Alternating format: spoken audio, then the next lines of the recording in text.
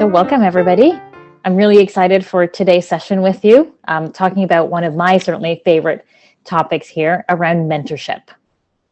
So we'll run through the presentation first, and then we'll leave some time at the end for some Q&A or live questions that you want me to answer for you about experiences or any questions that you have around the topic.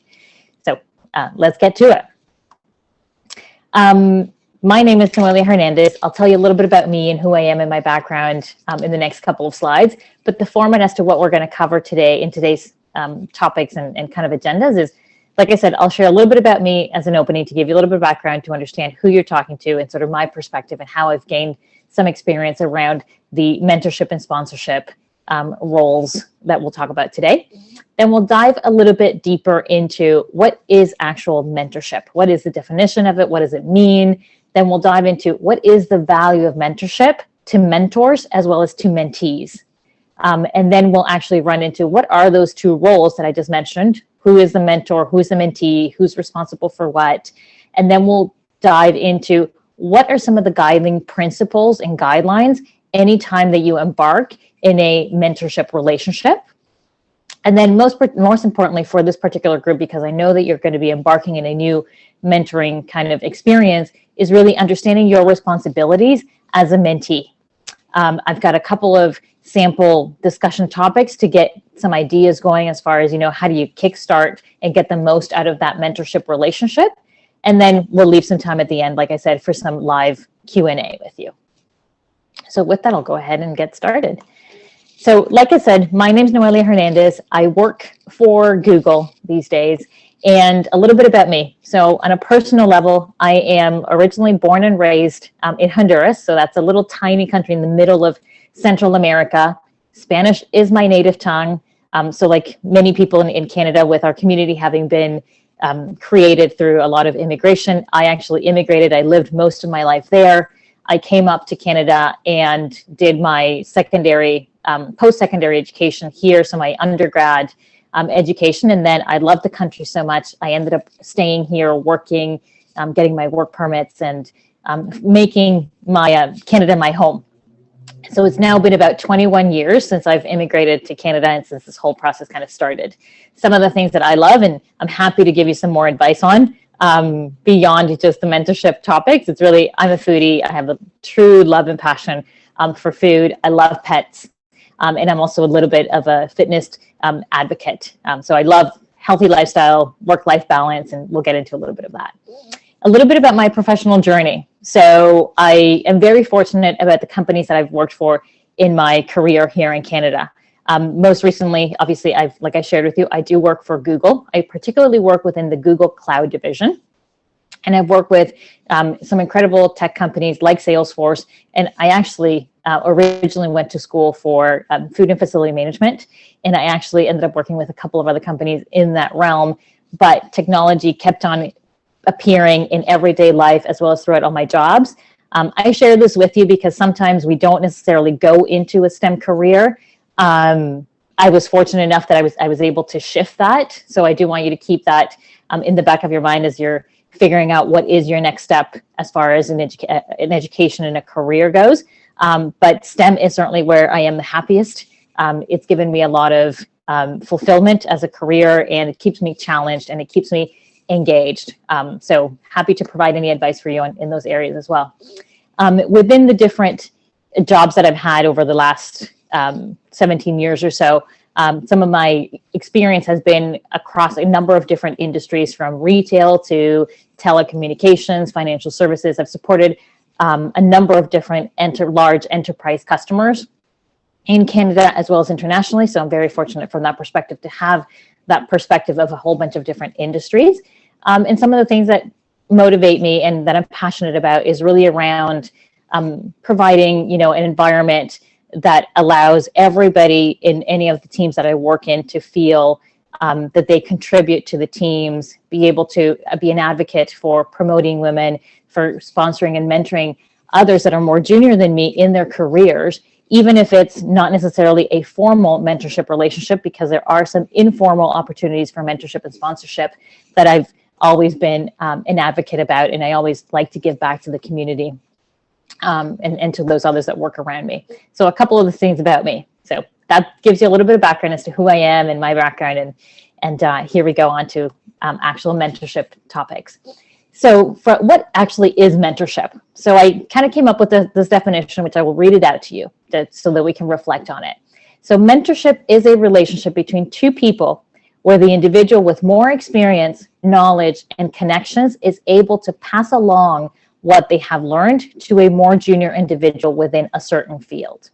Now, you guys are going to be embarking in a structured or formal mentorship opportunity that Joanna here and her VOLUTION is being able to provide to you. But do also keep in mind that there are some of those more informal mentorship relationships that you may already be aware of or may already be a part of. I'll give you a perfect example of that. If you guys have seen Karate Kid, the movie, and I may be dating myself there with my age, but I'll give you an example. That was a bit of an informal mentorship relationship where, you had a student of karate that leveraged Mr. Miyagi was his name, which was his instructor, to actually kind of mentor him, not only in his career from a karate perspective or sports perspective, but also just at a personal level. Exactly, wax on, wax off. So I haven't lost you. Some of you have seen the movie.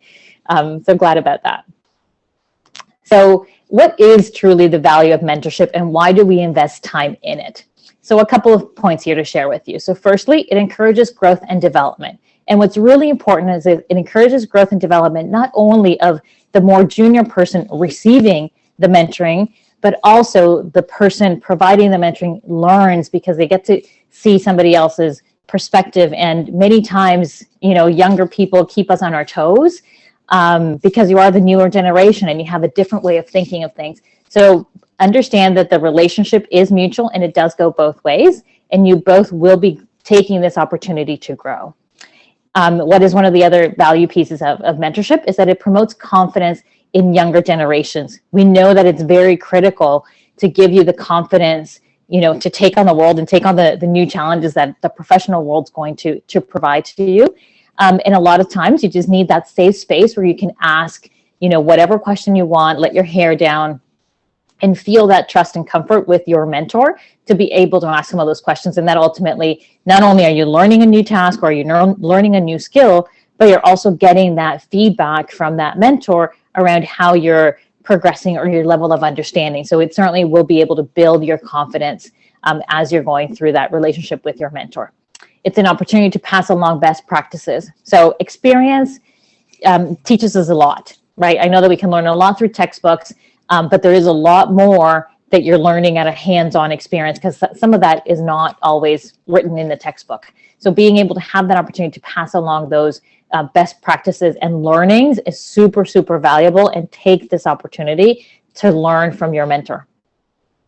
It's an opportunity to gain new perspectives. I shared with you a little bit earlier, like new generations, think of certain things in a different way. So we're able to gain new perspectives as far as how you look at certain things. And one of the important things about understanding other people's perspective is that many times when you're, further on in your career, looking to make a decision, that you're leading a team, as an example, it's important that before you make that decision, you're thinking about not only what does this decision mean to me, what do we need, but how will other people also perceive this? So being able to have that mentor to talk things through gives you that opportunity to get that other perspective from them on what else should I be thinking about, for example, right?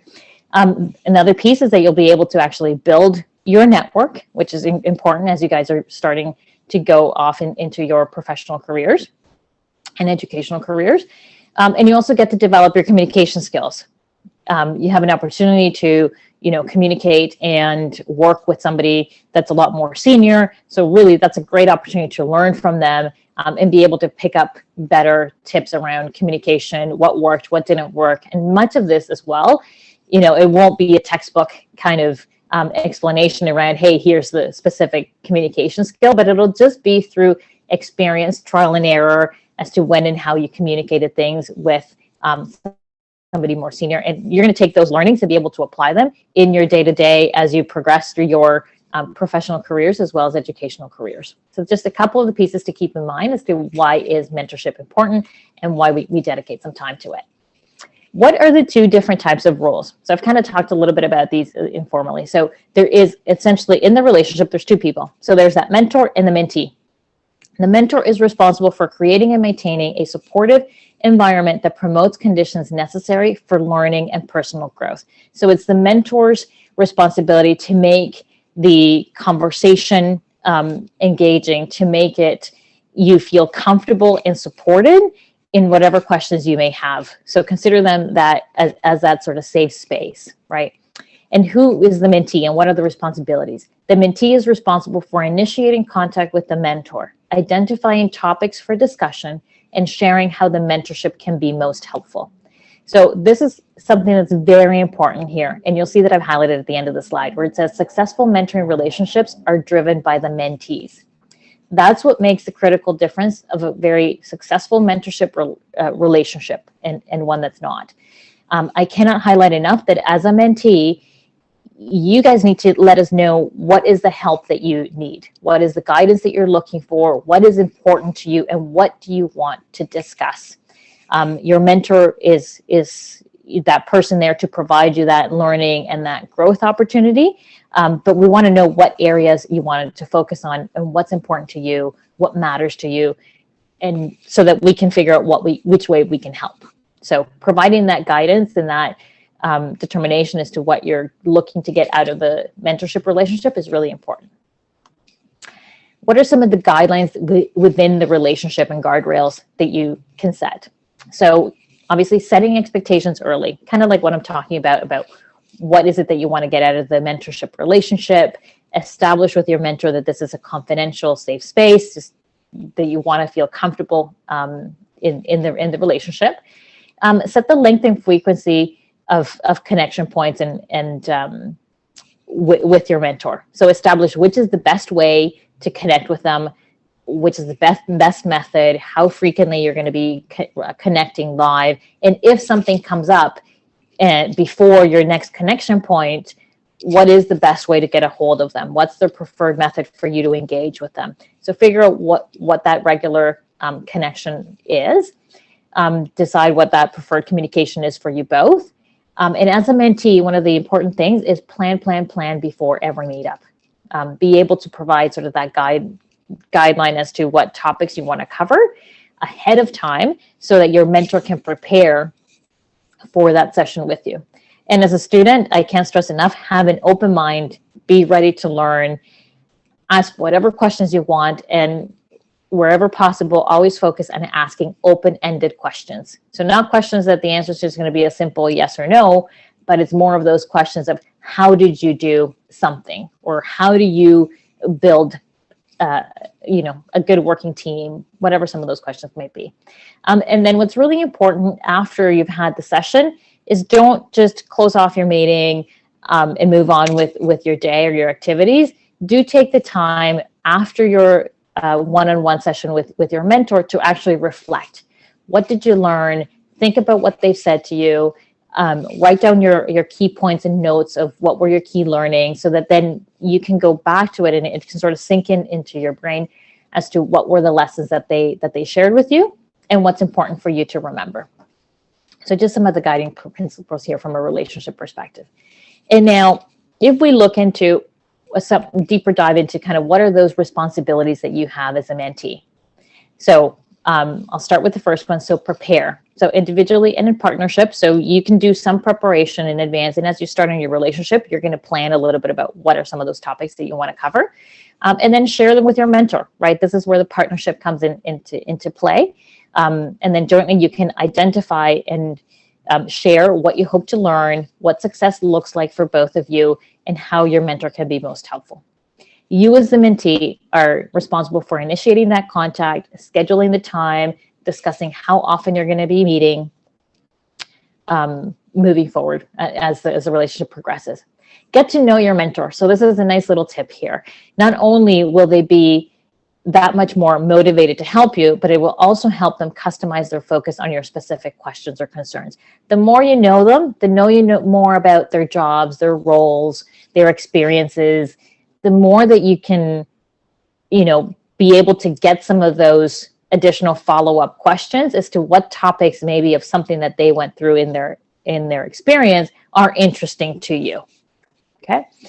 Set the expectations, establish those ground rules and confidentiality, be open and honest in the sessions, request and reflect that feedback. And if you're not getting the feedback, ask for it. There's no need to be shy about it. If you don't ask for it, you don't get it. So go ahead and ask for that feedback.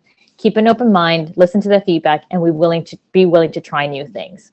And a pro tip, of course, like I think I've hammered this a little bit, is plan ahead, identify the topics to discuss, and if possible, share that information before you meet with your mentor to give them some time to think, reflect, and prepare so that when they show up to your time, they're ready.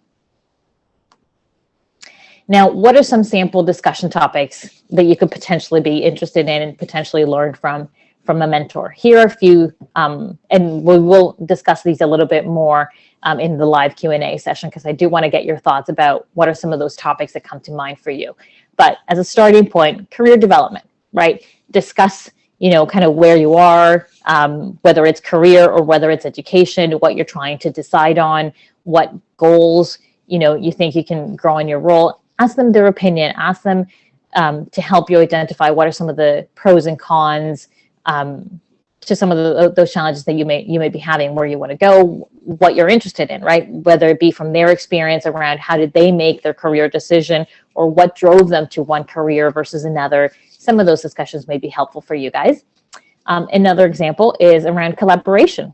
A lot nowadays, we have to work in teams. There's a lot more collaboration in the workplace. So as you're preparing, whether it be for school, because you're going to be doing a lot of post-grad or post-secondary education around,